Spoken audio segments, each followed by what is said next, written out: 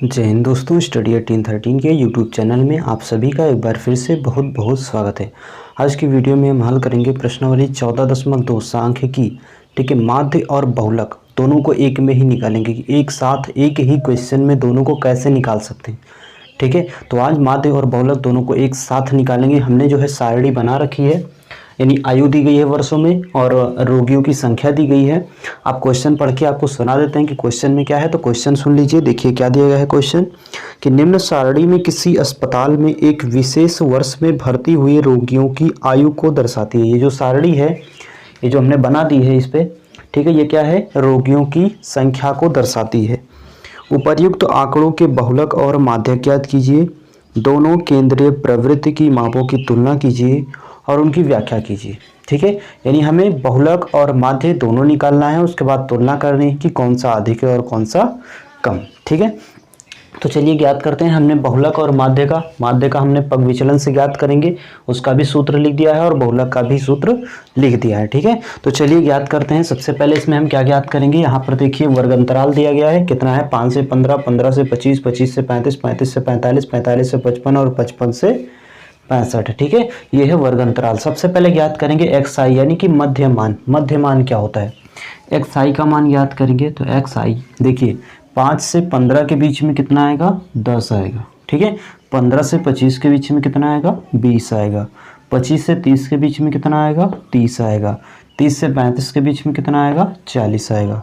45 से 55 के बीच में कितना आएगा, 50 आएगा। 55 से 65 के बीच में कितना आएगा, 60 आएगा। ठीक है, यानी मध्यमान। उसके बाद में क्या निकालेंगे हम, पहले हम माध्य निकाल लेते हैं, उसके बाद बहुलक निकालेंगे। तो माध्य में हमें पग विचलन से लगा रहे हैं तो यू आई पता होना चाहिए। ठीक है, तो एक्स आई निकल आया, अब हम क्या निकालेंगे, यू आई निकालेंगे। तो यू आई निकलता कैसे है, बिल्कुल सिंपल। इसमें देखिए 1 2 3 4 5 6 पद हैं। एक्स आई वाले में देखेंगे कितने पद हैं, 6 पद हैं। तो इसमें किसी बीच वाले को ए मानेंगे। तो 1 2 3 4 5 6 पद हैं, तो बीच में तो कोई नहीं आ रहा है, यानी बीच में यही दोनों आ रहे हैं। तो इन दोनों में से हम किसी को भी ए मान सकते हैं। तो हम इसको ए मान लिए, इसको क्या मान लिए, ए के सामने वाली संख्या 0 रखनी है, ऊपर -1, उसके बाद -2 और नीचे 1, उसके बाद 2 और उसके बाद 3। ठीक है, यू आई भी निकल गया, बिल्कुल आसान है। उसके बाद में क्या निकालेंगे, एफ आई और यू आई का गुणा, एफ आई और यू आई। ठीक है, तो एफ आई यहाँ पर दिया गया है, ये जो रोगियों की संख्या है ये एफ आई का मान होता है। ठीक है, बारंबारता होती है। एफ आई दिया गया है, यू आई निकल आया। अब एफ आई यू आई का गुणा करवाएंगे। 6 से 2 का गुणा कितना होगा, 6 दूनी -12, 11 -1 गुणा होगा तो -11, 21 से 0 का गुणा होगा तो 0 आ जाएगा। 23 से कम कितना हो जाएगा, 23 हो जाएगा। 14 दूना कितनी हो जाएगा, 28 हो जाएगा और 5 से कितना हो जाएगा, 15 हो जाएगा। ठीक है, उसके बाद क्या करेंगे, एफ आई का योग, सिग्मा एफ आई। ठीक है, सिग्मा का मतलब होता है जिसके साथ ये सिग्मा लग जाएगा उन सभी संख्याओं का योग। तो बारंबारताएं कितनी दी गई हैं, 6 बारंबारताएं हैं। तो इन 6 बारंबारताओं का योग कितना होगा, 6 1 7, 7 1 8, 8 3 11 और 11 4 कितना होगा, 15, 15 5 20 के 0, हासिल कितना आया, 2। उसके बाद 1 1 और 2 3, 3 2 5, 5 1 6 और 6 2 हासिल 8, यानी कितना आ गया, 80 आ गया। इसका भी योग करेंगे तो इसमें माइनस वाले को अलग जोड़ेंगे और प्लस वाले को अलग। तो 12 और 11 कितना होगा, माइनस का 23 हो जाएगा। इधर जोड़ेंगे तो 8 5 13 और 13 3 16 के 6, हासिल 1। उसके बाद 2 2 2 4, 4 1 5 और 1 हासिल 6, यानी प्लस में 66 आया और माइनस का 23। अब घटा लेंगे तो देखिए 6 से 3 जाएगा, 3 बचेगा। 6 से 2 जाएगा, बचेगा 4। बड़ी संख्या प्लस में, इसलिए मान किस में बचेगा, प्लस में। तो यहाँ पे सिग्मा एफ आई और यू आई का योग कितना आ गया, 43 आ गया। ठीक है, कितना आ गया, 43 आ गया। सारे मान निकल के। अब पहले माध्य निकाल लेते हैं। तो देखिए माध्य का सूत्र हमने लिख रखा है, क्या है, एक्स बार बराबर A plus sigma F I U I और बटे सिग्मा एफ आई और गुणे में एच। ठीक है, ये होता है किसका, माध्य निकालने का सूत्र। माध्य 3 तरह से निकलते हैं, प्रत्यक्ष विधि, कल्पित माध्य और पग विचलन से। हम पग विचलन लगा रहे हैं क्योंकि पग विचलन में आपने भी देखा बिल्कुल सिंपल है, ज़्यादा गुणा भाग नहीं करना पड़ता है। ठीक है, मान रखेंगे तो यहाँ पे देखिए ए का मान कितना है, ए का मान कितना है, 30 है। Plus sigma F I U I का मान कितना आया है 43 आया है, सिग्मा एफ आई का मान कितना आया है 80 आया है, गुणे एच, एच क्या होता है वर्ग अंतरालों के बीच की दूरी कितना है 5 से 15, 15 से 25, 25 से 35, 10 10 का अंतर है ना, सभी में 10 10 का अंतर है, तो एच का मान कितना हो जाएगा 10 हो जाएगा। हल करेंगे तो 0 से 0 कट जाएगा।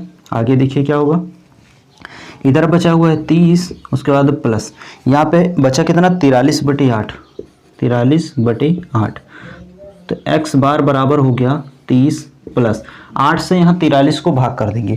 तो देखिए 8 से अगर 43 को भाग करते हैं तो कितना आता है, 8 से 43 को भाग करेंगे 8 पंजे 40, बचा कितना 3, दशमलव लगाओ 0 बढ़ाओ, और उसके बाद में 8 तिरिक 24, बचा कितना 6, ठीक है, उसके बाद में एक और 0 बढ़ाओ 8 सत्ते 56, ठीक है, ये कट गया, कटेगा नहीं, वो भी 4 बच जाएगा लास्ट में, लेकिन हम 2 अंक तक निकालेंगे, उसके आगे नहीं। तो 5.37 आ गया, कितना आया 5.37, ठीक है। अब 30 में 5 जोड़ेंगे तो x बार बराबर कितना आ गया 30 5 35.37, ये क्या हो गया माध्य हो गया, ठीक है, ये किसका आंसर आ गया माध्य का आ गया।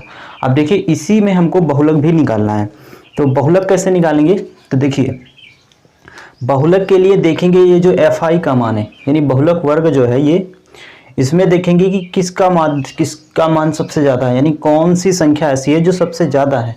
तो यहाँ पर सबसे ज़्यादा क्या है 23 है, ठीक है, सबसे ज़्यादा क्या है 23 है।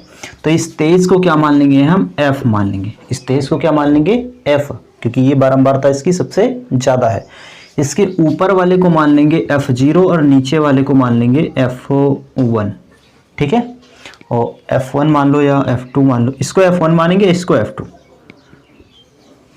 ठीक, सीधे इस तरह से रखो, ऊपर वाले को f0, बीच वाला जो सबसे ज़्यादा है उसको f1 और उसके नीचे वाले को f2, ठीक है, यानी जो सबसे ज़्यादा रहेगा उसको f1, ऊपर वाले को f0 और नीचे वाले को f2। अब ये जो f1 आया है, ये जो f1 आया है इसको ऐसे बना लो, ये होगा हमारा बहुलक वर्ग, ठीक है, ये वाला। इसमें क्या करना है, ये जो वर्ग अंतराल आया कितना है 35 से 45, ठीक है, इसको इधर हल कर ले रहे हैं, वर्ग अंतराल कितना आया 35 से 45,